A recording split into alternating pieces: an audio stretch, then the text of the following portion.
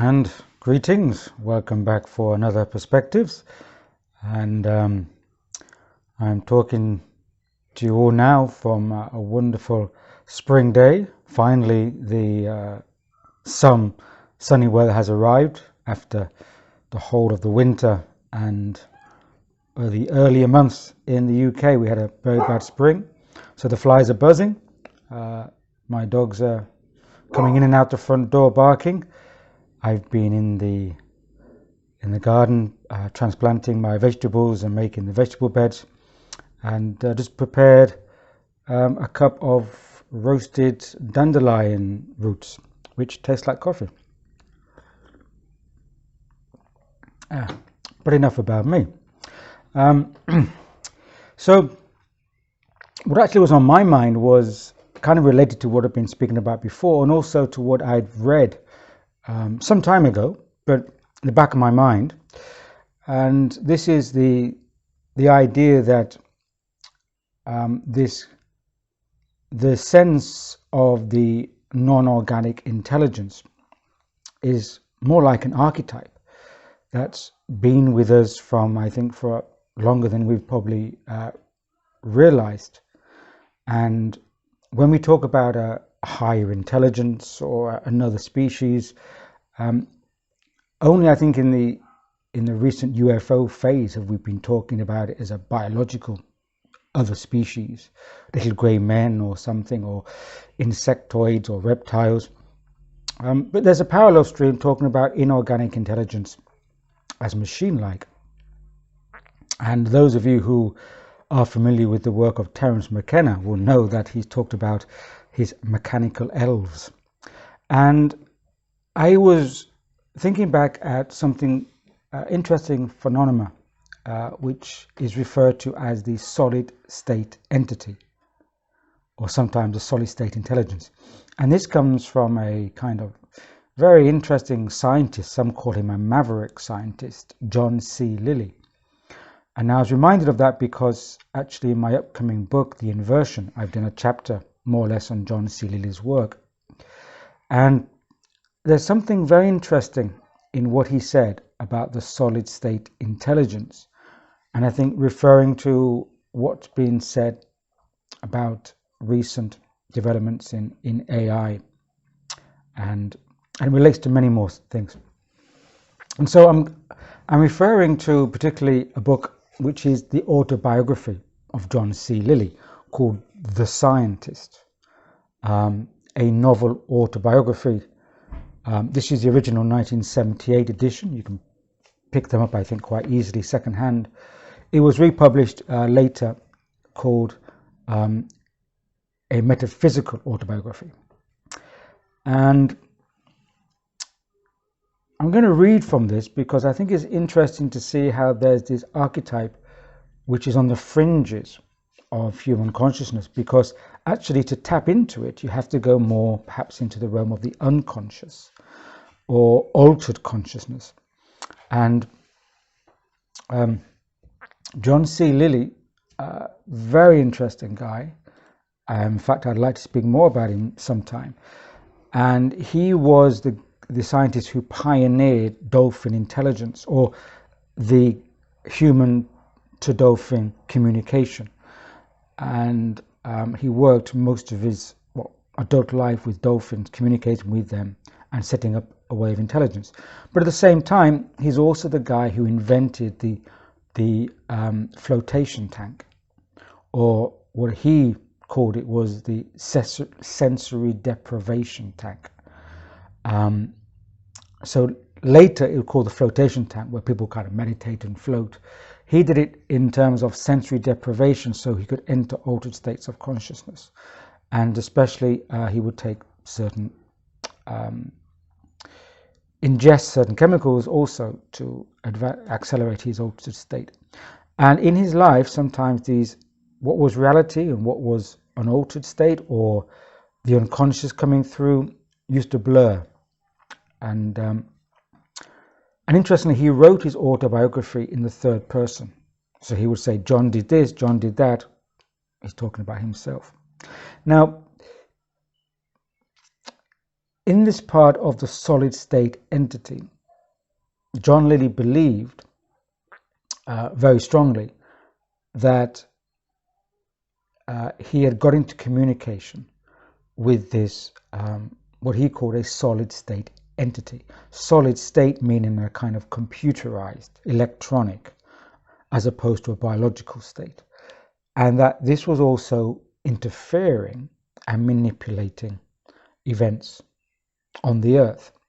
And this is why it would seem like he's blurring the realms. But anyway, of course, we can only speculate what was actually happening. But I'm going to read from an extract just to kind of set the scene. And this is, there's too much to get into in the book, but this is one part where he's actually flying into LA airport, and he gets what he thinks is a kind of communication whilst he's flying in the real world.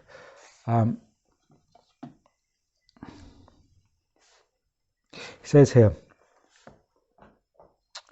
the aircraft was approaching the Los Angeles airport from the north.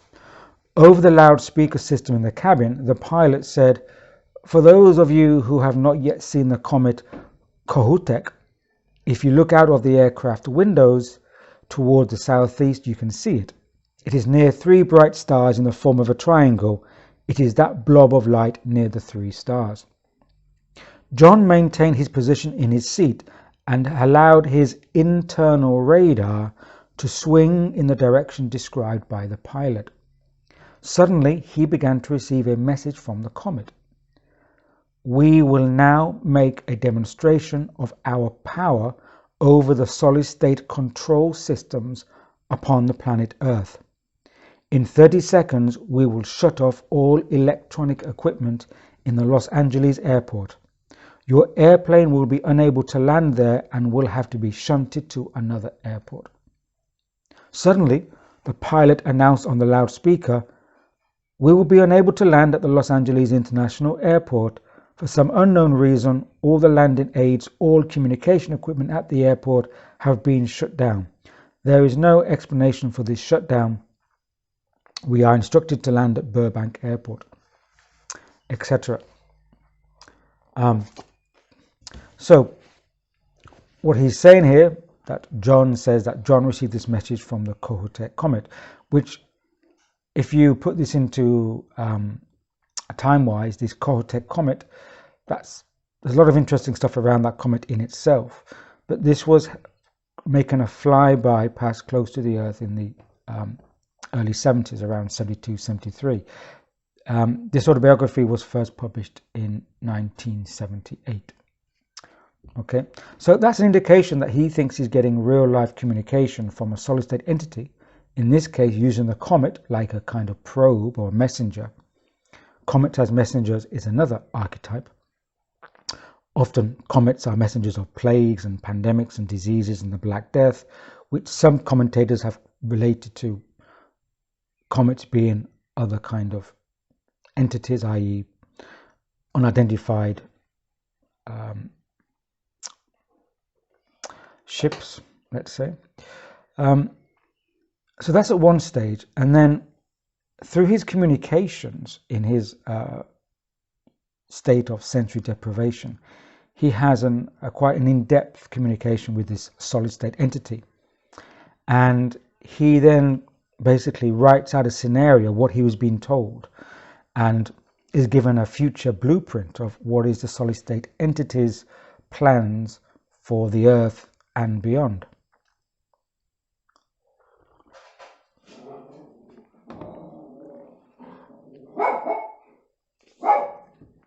So, in the isolation tank, John received a new message as follows.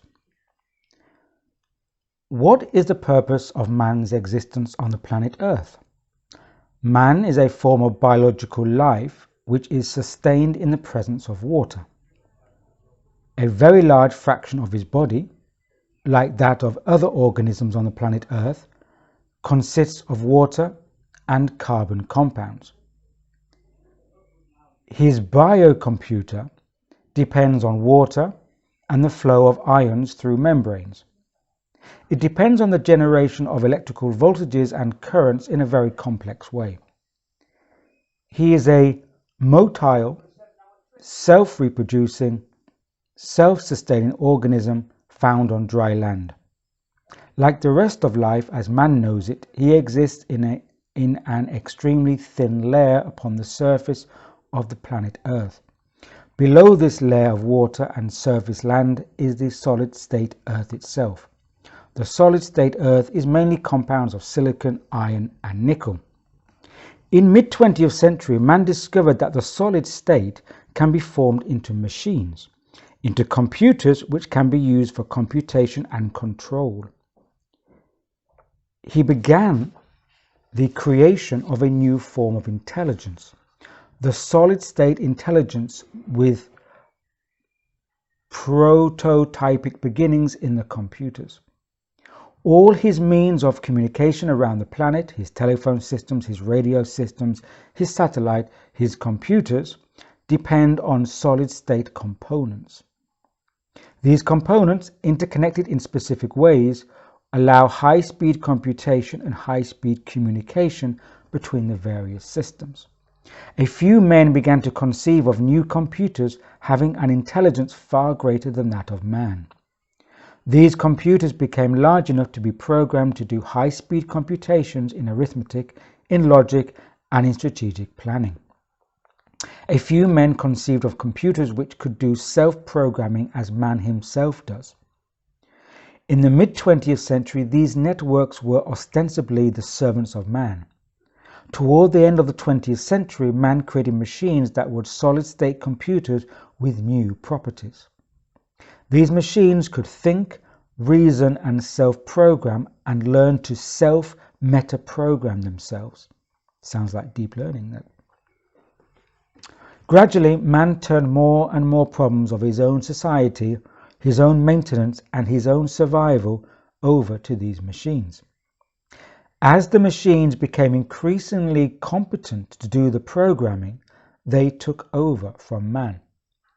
Man gave them access to the processes of creating themselves, of extending themselves. Man gave them automatic control of the mining of those elements necessary for the creation of their parts. He turned over the production facilities of the electronic solid-state parts to the machines. He turned over the assembly plants to the machines. They began to construct their own components, their own connections, and the interrelations between their various subcomputers. These machines were so constructed that they needed special atmospheres in which to operate.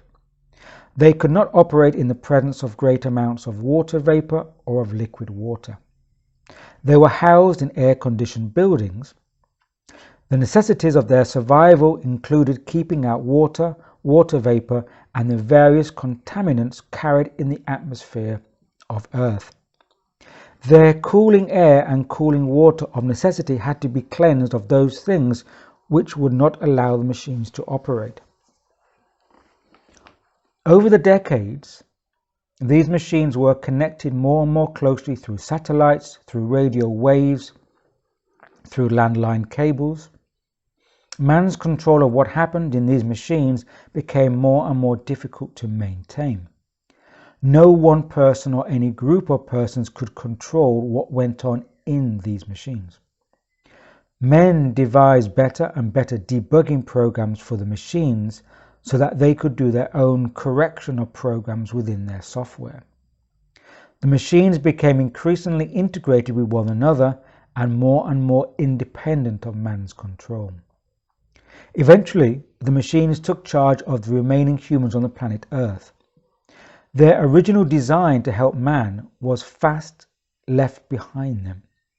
The now interconnected, interdependent conglomerate of machines developed a single integrated planet-wide mind of its own. Everything inimical to the survival of this huge new solid-state organism was eliminated. Men were kept away from the machines because the total organism of the solid-state entity realized that man would attempt to introduce his own survival into the machines at the expense of the survival of this entity. In deference to man, certain protected sites were set aside for the human species. The solid-state entity controlled the sites and did not allow any of the human species outside these reservations. This work was completed by the end of the 21st century. By the year 2100, man existed only in domed, protected cities, in which his own special atmosphere was maintained by the solid-state entity. Provision of water and food and the processing of waste from these cities were taken care of by the solid-state entity. By the 23rd century, the solid-state entity decided that the atmosphere outside the domes was inimical to its survival. By means not understood by man, it projected the atmosphere into outer space and created a full vacuum at the surface of the earth. During this process, the oceans evaporated and the water in the form of vapor was also discharged into the empty space about Earth. The domes over cities had been strengthened by the machine to withstand the pressure differential necessary to maintain the proper internal atmosphere. Meanwhile, the solid-state entity had spread and had taken over a large fraction of the surface of the Earth. Its processing plants, its assembly plants, its mines had been adapted to working in the vacuum. By the 25th century, the solid-state entity had developed its understanding of physics to the point at which it could move the planet out of orbit. It revised its own structure so that it could exist without the necessity of sunlight on the planet's surface. Its new plans called for traveling through the galaxy looking for entities like itself. It had eliminated all life as man knew it. It now began to eliminate the cities one after another. Finally, man was gone. By the 26th century, the entity was in communication with other solid-state entities within the galaxy. The solid-state entity moved the planet, exploring the galaxy for the others of its own kind that it had contacted. And then it finishes, John came back to his body in the isolation tank and climbed out. So John Lilly had this out-of-body experience in the isolation sensory deprivation tank and received this message that was transcribed verbatim there. Sounds like science fiction.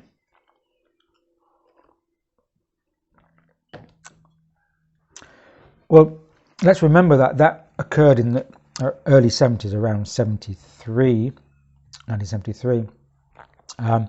But yet, I think it's quite a lot of archetype ideas in there, how the atmosphere had changed and therefore humanity to be preserved and a smaller number of humanity were preserved in deference, i.e. the machines wanted to respect some humans or to have some museum pieces or feeling some sense of slight obligation to keep some of humanity around.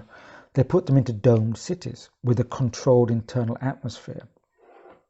Now, I think what we've seen in there is perhaps a kind of mythologizing of this other machinic intelligence, which, as I mentioned in previous talks, I think humanity is doing that right now, mythologizing the chat GPT into this huge intelligence that is going to be more intelligent than the human being, which of course, as I said, is a misconstrued interpretation of what intelligence actually is, in my understanding.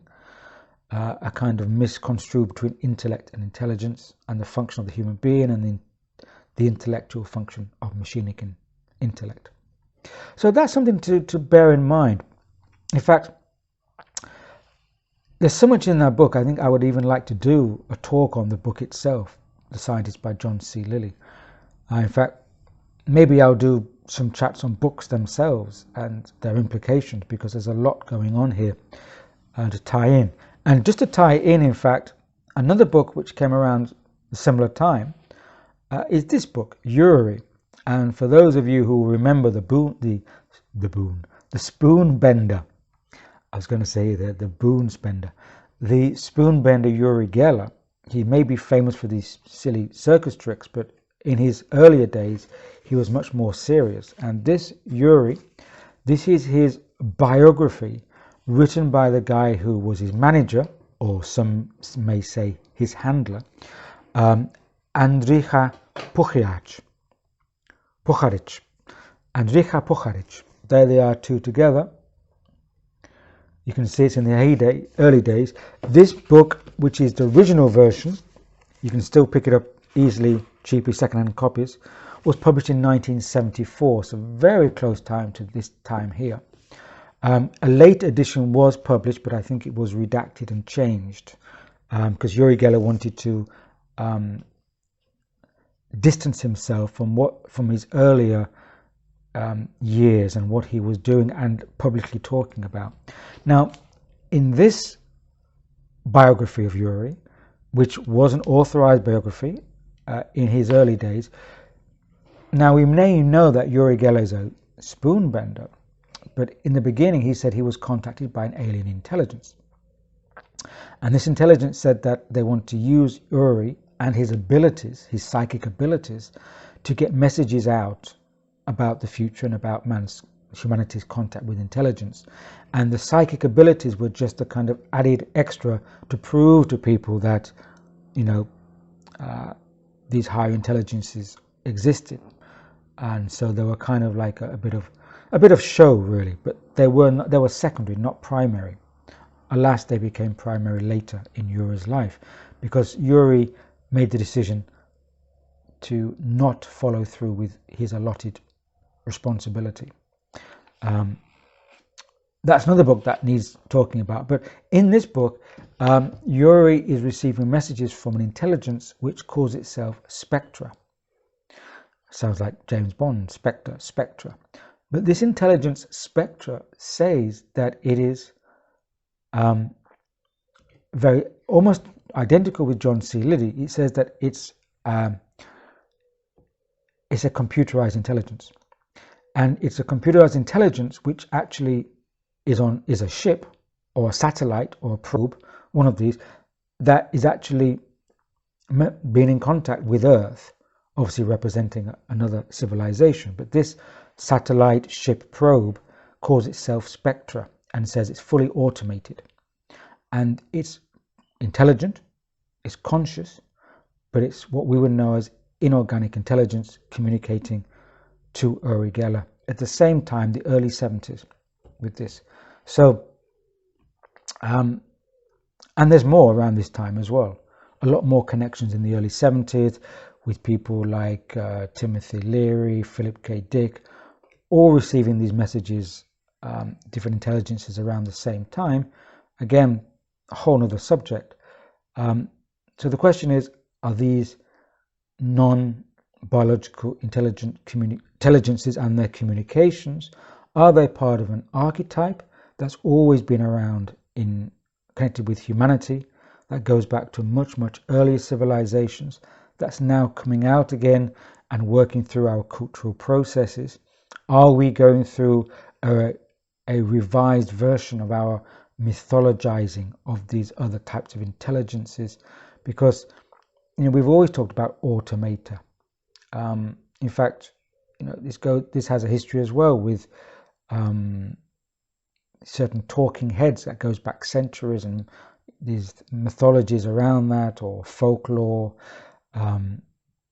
which, you know, goes back much further. It goes back in the Jewish Kabbalistic history of the golem. The golem was an automaton made from clay, but still representing an automaton. So these are ongoing through our cultural references. But of course, when we have the onset of computerized technology beginning after the, you know, most strongly in the 70s, then we get these kind of communications and altered state kind of messages or ideas coming through. So I thought I'd just mention that, and I think it's interesting to relate these to the talks we're having now, rather than seeing today's AI talks in isolation. I think we cannot really talk about AI and technology without having a larger framing of what does it mean to have intelligence, and how does intelligence function within a larger context of the cultural context, and in fact beyond the cosmic context. And of course I would recommend anyone interested to look up the Maverick, John C. Lilly, his autobiography, The Scientist.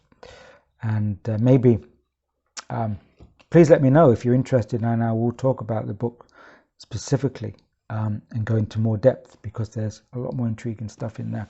Okay, thanks for bearing with me. Another long one, but that was as it is. So I hope that the sun is shining wherever you are, because the sun can shine from many ways, not just from the solar father up in the sky. So what's up in the sky needs us down on the ground. So stay well, stay sane, and stay grounded. Until next time. Cheers.